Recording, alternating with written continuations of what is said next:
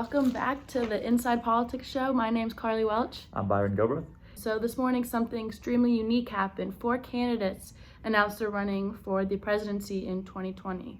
Among these candidates was the former VP Joe Biden, as well as Mayor Pete Buttigieg of South Bend, Indiana. We have Bernie Sanders running again, and finally we have Senator Elizabeth Warren. Yeah, Senator Elizabeth How Warren. could we forget? So first, I guess we'll talk about Biden. He was the first to announce his candidacy. So he talked about how he is not a cookie cutter candidate.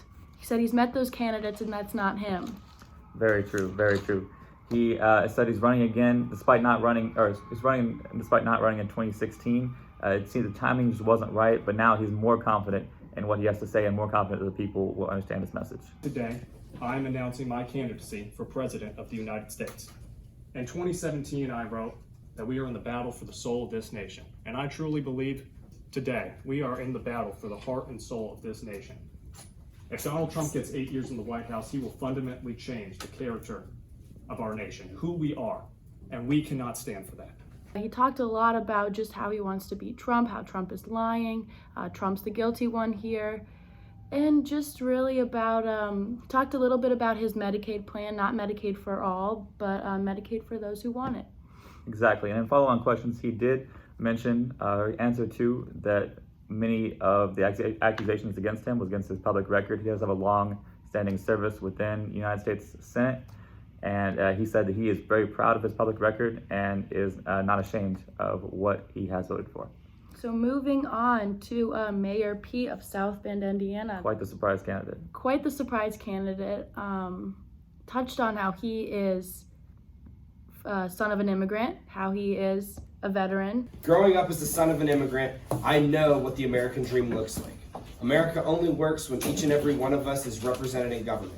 Today, too often our party has left middle America behind, catering our platform to the coast. As a veteran myself, I will work to ensure that the VA is fully funded to better serve those in uniform.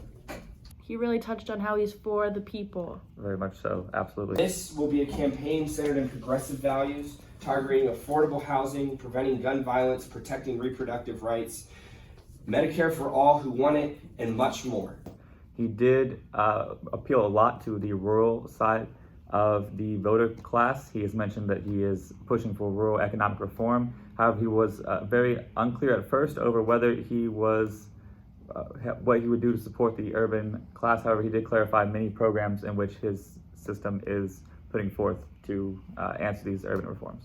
Right. I thought the most interesting thing he said was about how he plans to pay teachers, because he's saying that we should, what is it that he says, that we should honor teachers like soldiers and pay them like doctors. His plan to do that is to legalize marijuana, heavily tax marijuana, and that's where he's going to get the money to pay for teachers. It's definitely a unique plan. I don't know Yeah, if I've other never candidate heard has that one one. before. Next was Senator Elizabeth Warren. She was sick this morning, but she still did well, I thought. Very strong showing for the first press conference. I, Elizabeth Ann Warren, am formally announcing my 2020 presidential bid here in Lawrence, Massachusetts. She went on for quite the time to answer a lot of the questions they had about her, including her accusations from Donald Trump as being declaring that she was Native American, yet not being Native American. She definitely answered those with definitive answer that she is not, but she still does support the Native American community. I thought, yeah, she apologized twice in her during the press conference. Once about the Native American incident, and then another about taking money from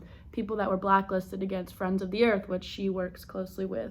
So absolutely. I don't know, for a first impression, 2 apologies, kind of rough.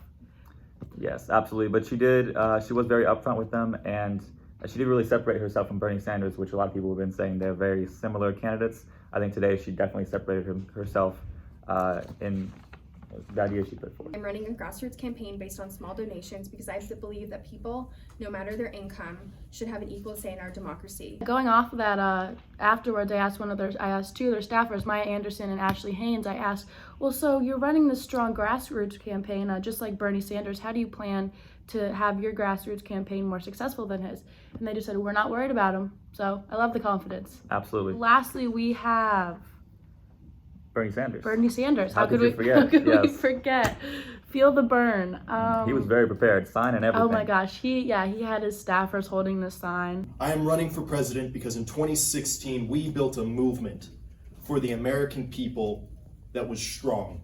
Yeah, another thing he raised himself was the ICE. He's trying to get rid of ICE because he says that they have been weaponized, and this is definitely a far left viewpoint from him.